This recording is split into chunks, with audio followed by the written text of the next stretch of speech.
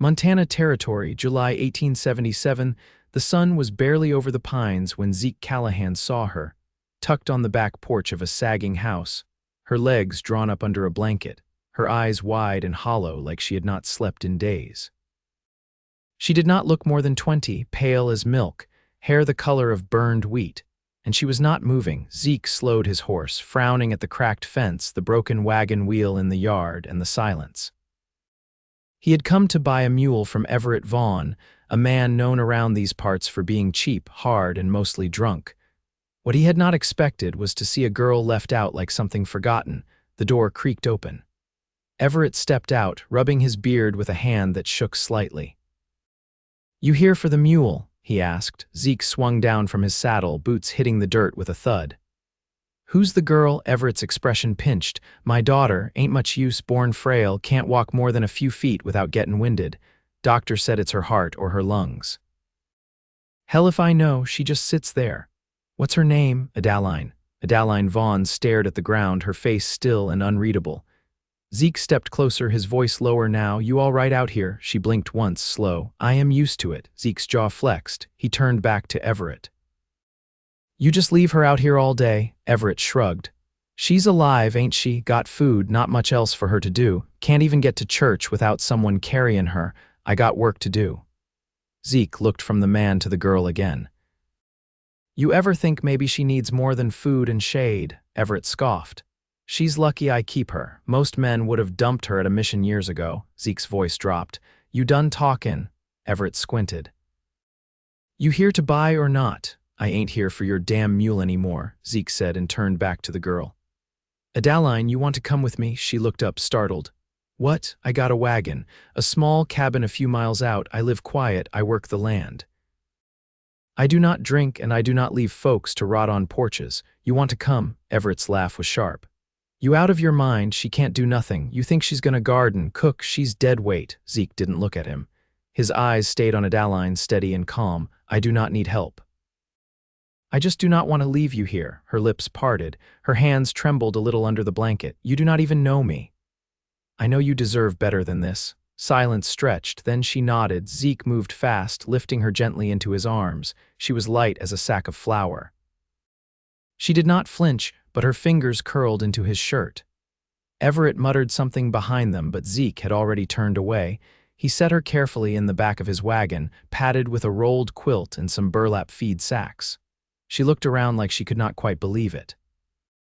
"You sure about this?" she asked softly. "I am." The road back to his place wound through pine and aspen, the air thick with summer heat and humming insects. Zeke kept glancing back at her. She sat propped against the sideboard, her hair loose, eyes wide but watchful. "You really live alone?" she asked. He nodded. "Had a brother, lost him to fever 2 years ago. Folks passed before that, been just me and the land since. You do not seem lonely." "I am," he said simply, "but I am used to it." She studied him for a long moment. "Why would you take me in?" Zeke met her eyes. "Because nobody else did." His cabin was small but solid, tucked against a hill with a narrow porch and a well out back. He carried her inside, setting her down on the edge of a cot near the hearth. "I will build a chair for you," he said. "Something you can move yourself in, maybe. I will figure it out." Her throat worked. "You do not have to. I want to." That night, Zeke cooked beans and cornbread while Adaline sat wrapped in a quilt watching the fire. She did not speak much, just listened. Her hands were small, her wrists too thin. But her eyes held something steady, like maybe she was waiting to see if she could believe in this. When he handed her the plate, she looked at him like she had not been handed anything with care in a long time. "Thank you," she whispered. He nodded. "You are safe here." She fell asleep in the cot before the fire burned down, her breathing soft and even.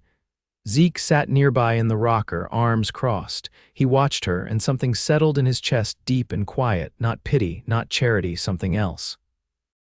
The next morning, he started building a wheeled chair from scrap wood and an old milk cart. She watched him from the porch, bundled in a blanket, her face pink from the sun. When he wheeled it over and helped her into it, her fingers gripped the sides like she was afraid it might vanish. "I can move it," she asked. "Try." She rolled forward a few inches, then back, her lips parting in surprise. Zeke smiled just a little. "Told you I would figure it out." Tears filled her eyes before she could stop them. "Nobody ever tried for me before." "Well," he said softly, crouching near her, "they should have." She reached out without thinking and touched his shoulder. Zeke froze, then covered her hand with his. Neither of them spoke, but something shifted between them, quiet and strong.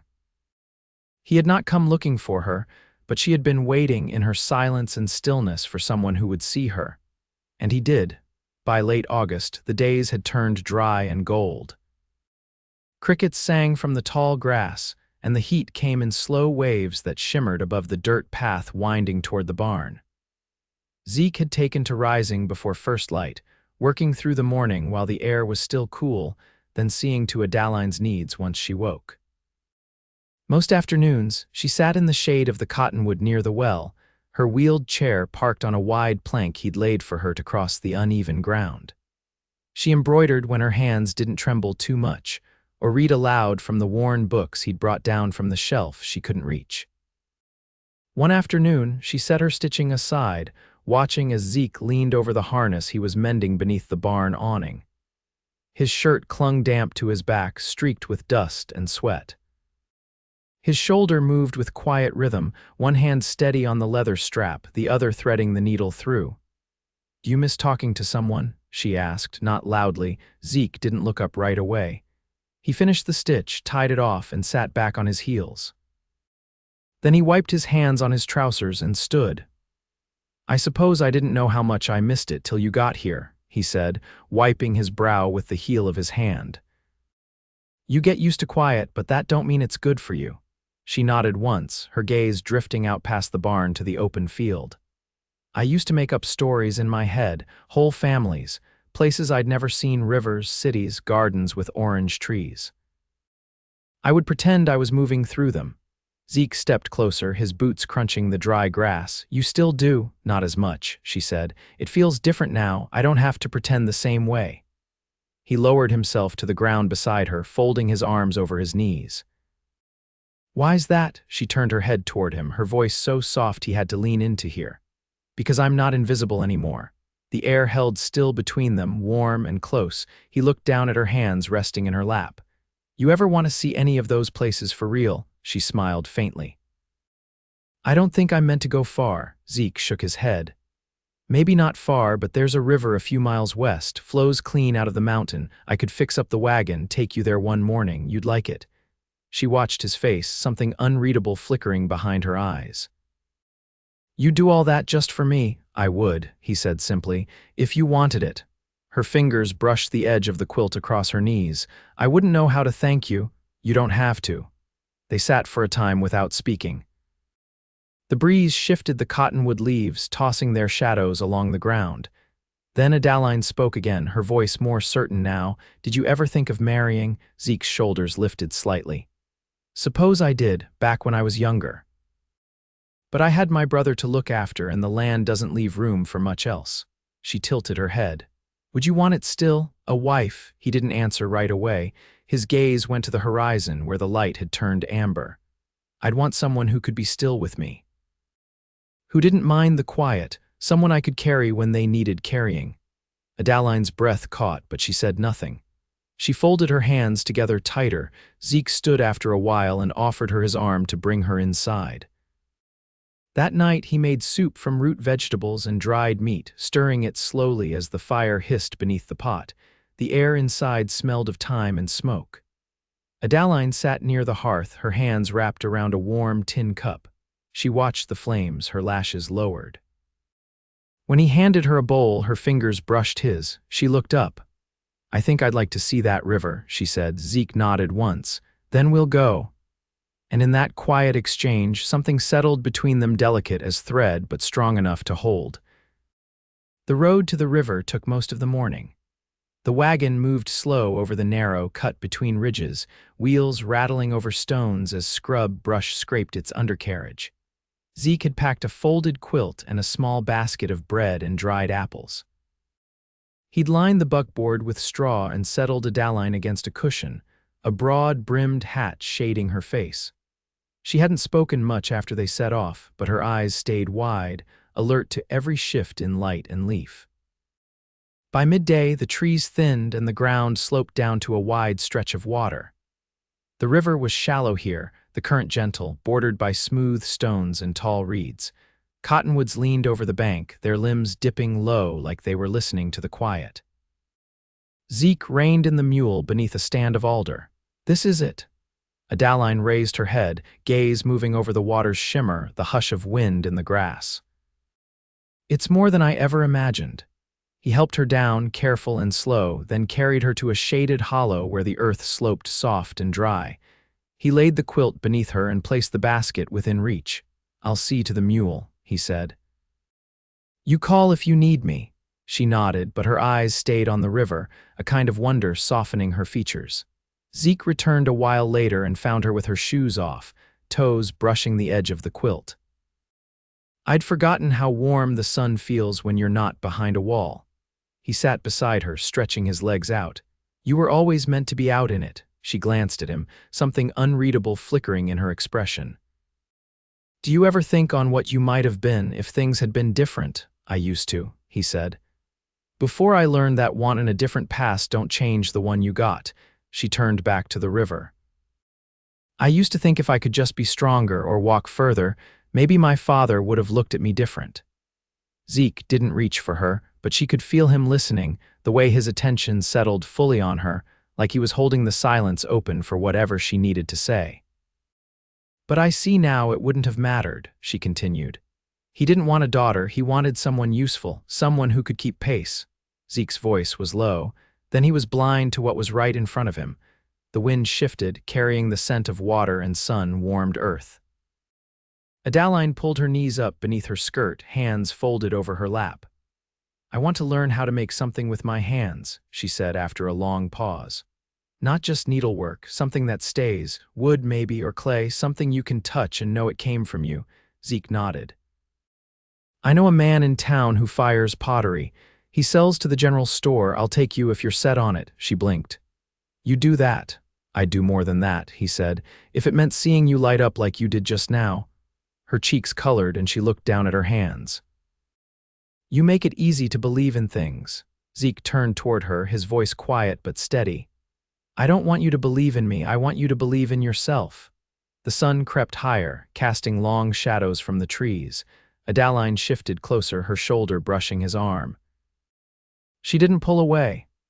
"I used to think I'd always be waiting," she murmured, "for someone to find me, but maybe I was just waiting to be seen." Zeke didn't speak, but she felt his breath catch. She turned her head, met his eyes. "I see you," she said.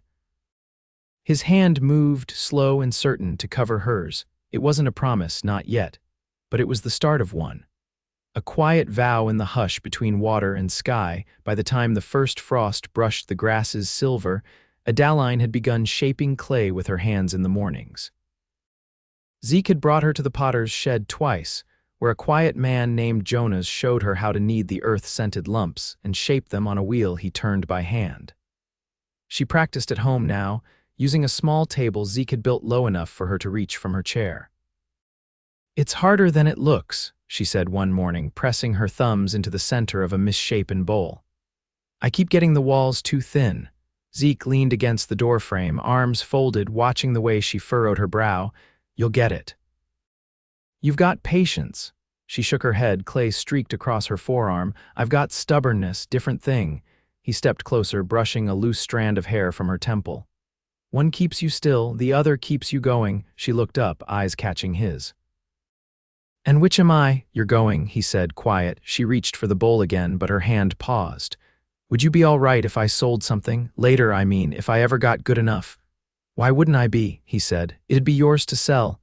"I wasn't sure," she said, voice low. "I've never had anything that was only mine."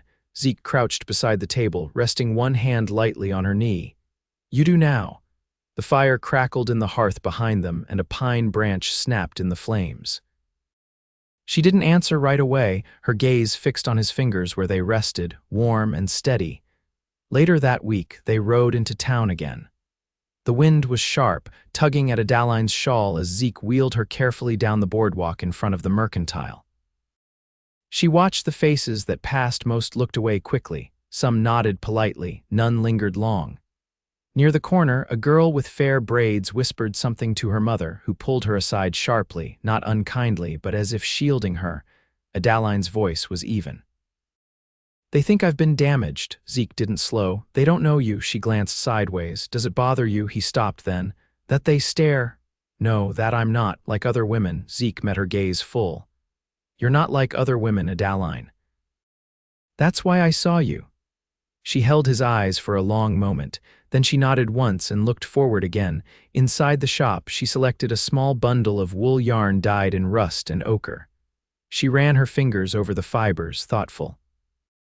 Zeke spoke with the shopkeeper about flour and salt, but caught her watching the shelves of tin kitchen molds with a quiet sort of longing. When they left, he handed her the folded receipt.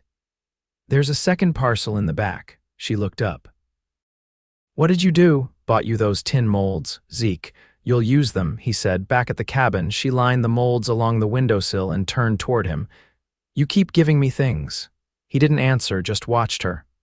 "I want to give something back," she said. "You already do." She reached up then, her hand resting against his chest. She could feel the steady rhythm beneath her palm. "I'm not afraid anymore," she said. Zeke's breath caught. She rose slightly from her chair, just enough to press her lips to his. It wasn't a question. It wasn't a hope. It was an answer to everything that had been unspoken since the porch and the firelight and the river. When she drew back, he rested his forehead against hers, his voice barely above a breath. "You never needed fixing," he said. "Only someone who saw you whole." And she smiled, not small, but full, a woman no longer waiting to be claimed, but choosing, finally, with her whole heart. The first snow came quiet, just a dusting over the grass and the low cabin roof, but it brought a stillness that settled deep into the hills. Zeke rose early that morning, stoked the fire without waking Adaline, and stood a while at the window, watching frost trace the glass in delicate branches. When she stirred, he brought her warm water and helped her into her shawl without a word.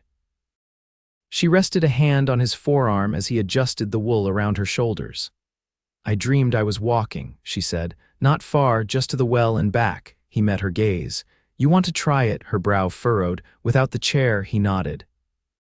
She hesitated, then slowly reached for the sturdy cane he'd carved weeks earlier, but hadn't yet used. Zeke steadied her as she rose, her hand gripping his tighter than the wood. They only made it halfway across the room before her knees gave a soft, warning shake. Zeke caught her as she leaned into him, not letting her fall. "Tomorrow," she said, breath uneven. He kissed the top of her head. "Every tomorrow you want," she laughed gently, the sound low and warm, and let him guide her back to the chair. Later, while Zeke patched the roof before the snow thickened, Adaline sat by the fire shaping a small pitcher from the gray clay she'd stored in damp cloth. Her fingers moved with more certainty now, and the shape held. She turned it slowly, studying the curve. When he came back in, brushing snow from his coat, she held it up. "That one's for our table," she said. He looked it over, then met her eyes. "What else would it be for?" That evening, Zeke pulled a paper-wrapped bundle from the chest by the hearth. He didn't say anything, just handed it to her, then stepped back. She opened it carefully, unfolding layers of brown paper until a length of deep blue muslin fell across her lap. Her breath caught. "You said you never had a dress that fit right," he said. "I traded for it in town last week." She ran her hand over the fabric. "It's too fine." "No such thing," he said. "Not on you." She stood slowly, using the cane this time, steadier now. When she faced him, she held the fabric to her chest, the color bright against her pale skin. "I want to be your wife," she said. Zeke didn't speak right away. He moved toward her, took her face in his hands. "I've been waiting to ask," he said. "Didn't want to push you before you were ready." "I'm ready," she said. "I've never been so sure of anything." He kissed her then, slow and certain, with the kind of reverence that came from long silences and earned trust. She leaned into him fully, her hands gripping the front of his shirt, not to hold on, but to draw him closer. They married the next Sunday under the bare branches of the cottonwood by the well. Jonas came down from town to read the vows, and a few neighbors gathered, bringing bread and jars of jam. Adaline wore the muslin dress, and Zeke had trimmed his beard. She stood beside him the entire time, holding his arm for balance, her chin lifted. Her voice didn't waver when she said, "I do." That night, he carried her over the threshold like every man should, then set her gently on the bed they'd made up new with linen she'd sewn herself. "Tell me what you want," he said. She reached for him, her voice soft but steady. "You, just you." Winter settled deep after that, but the cabin stayed warm, filled with the scent of baking bread and the sound of laughter. Adaline kept shaping clay, and Zeke built her a proper wheel by spring. They planted a small garden when the thaw came, her hands in the soil beside his. She learned to walk farther with the cane, out to the edge of the field and back. On good days, she met him at the barn when he returned from the fence lines, her apron dusted with flour, her smile easy. He never asked her to be anything but who she was. She never let him carry more than he had to. One warm evening, as the fields ripened gold, she stood beside him watching the sun fold into the hills. He slid an arm around her waist.